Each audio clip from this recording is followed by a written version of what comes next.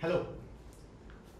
This is the next in our series of inspirations. I say next, but I have to do the customary reminder that these inspirations are not in any particular order.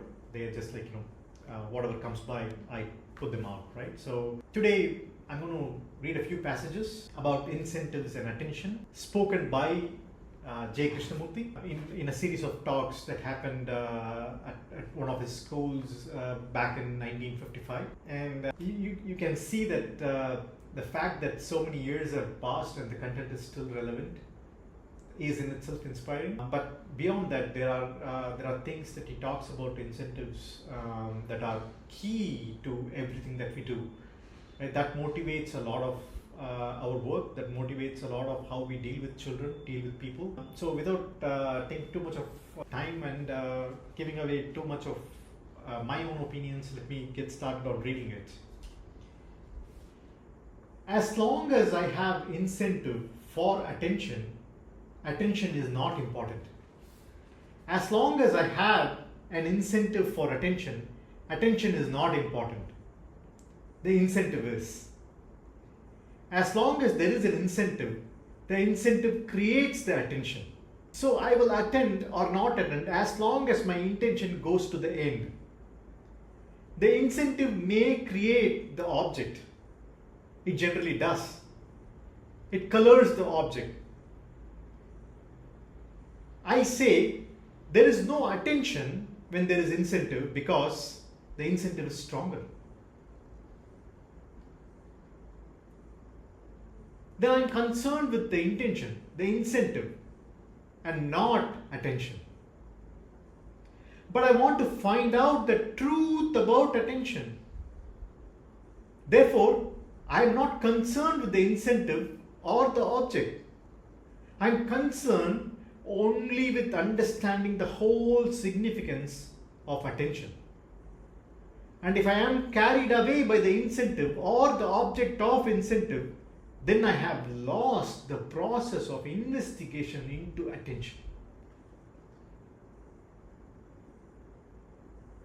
So I must be very careful if I want to find the truth of attention. Then I must not have any incentive. The incentive goes because it may be a personal, conditioned incentive. Therefore, it cannot comprehend. A conditioned mind with a certain incentive cannot comprehend the full significance of attention. A conditioned mind with a certain incentive cannot comprehend the full significance of attention. Now, for our purposes, you can replace every occurrence of attention with learning, and the content will still be valid. Because learning is just the process of giving your complete attention in order for the thing that you're learning to reveal itself. So learning is simply being completely aware and being completely in attention.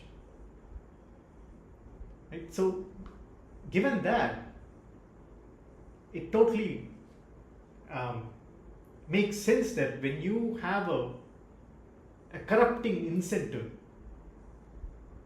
for learning, then the learning doesn't take the center stage. You don't find the truth in learning. You're thinking only about the incentive, and you will do whatever is needed, bare minimum, in order to acquire that incentive, get that incentive. So this drives a lot of the decisions that we make. Now, we live in this world, so incentives cannot be avoided.